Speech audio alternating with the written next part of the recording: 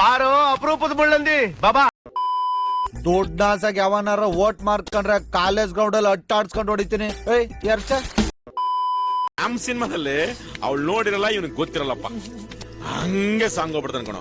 ಅವ್ಳ ಮದ್ವೆ ಟೈಮಿಗೆ ಕರೆಕ್ಟ್ ಆಗಿ ಹಳೇ ಬ್ಯಾಗ್ ಹಾಕೊಂಡ್ ಬಂದ್ಬಿಡ್ತಾನ ಕಣೋ. ಹಿಂಗ್ ಬಂದು ತ್ಯಾಗ ಮಾಡ್ದೆ ಅಂತ ಸೂರ್ಯನ್ ಕಡೆ ಕಂಬೋತ ಓದ್ತಾ ಇರ್ತಾನೆ ಕಣೋ. ಸಿನಿಮಾ ಮುಗಿದ್ಮೇಲೆ ಮನೆಗೆ ಹೋಗ್ಬೇಕಾ ಹಾಳಾಗೋಬೇಕಾ ಗೊತ್ತಾಗ್ದಿರೆ ಬಾರ್ಗ್ ಹೋಗ್ಬಿಟ್ಟು 90 ನಿಮ್ದಪ್ಪಯ್ಯ ಅಂತೀನಿ, ದಯವಿಟ್ಟು ಇದನ್ನ ಹೇಳಿಕೆ ಬಿಟ್ಬಿಡಿ ಪ್ಲೀಸ್.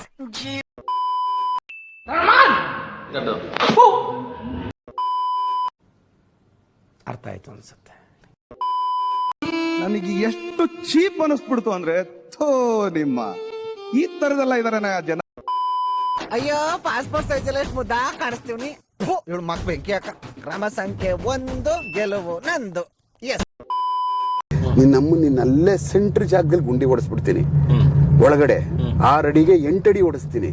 ಅಲ್ಲೇ ಒಳಗಡೆಗೆ ಹಾಕ್ಬಿಟ್ಟು ನಮ್ಮನ್ನಲ್ಲಿ ಒಂದು ಅರಳಿ ಮರ ಮಾಡ್ಬಿಡ್ತೀನಿ, ಇಟ್ಬಿಡ್ತೀನಿ ಮೇಲೆ. ಈ ಕಿವಿಲಿ ಗುಗ್ಗೆ ಪಗ್ಗೆ ಇದ್ರೆ ನೀಟಾಗಿ ಕೇಳೋದೇ ಇಲ್ಲ. ಏನಂದೆ ಇನ್ನೊಂದ್ಸಲ ಹೇಳು. ನಮ್ದೇನಿದ್ರು ಥಿಂಕ್ ಬೇಕ್ ತಿನ್ಬೇಕ್. ಮಾರ್ನಾ ತೋ ಡೈನಾಸರ್ ಕೋ ಮಾರ್ನಾ ತೋ ಕಾರ್ನ. ಕಾಡು ಕುದುರೆ ಓಡಿ ಬಂದಿತ್ತ.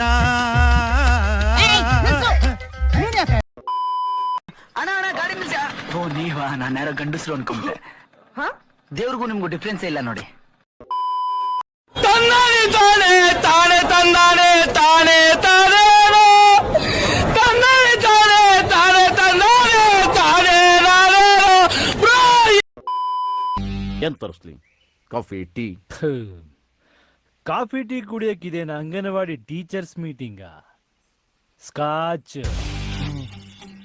ತರಿಸಿ. ಸೂಪರ್ ಆಗಿದೆ.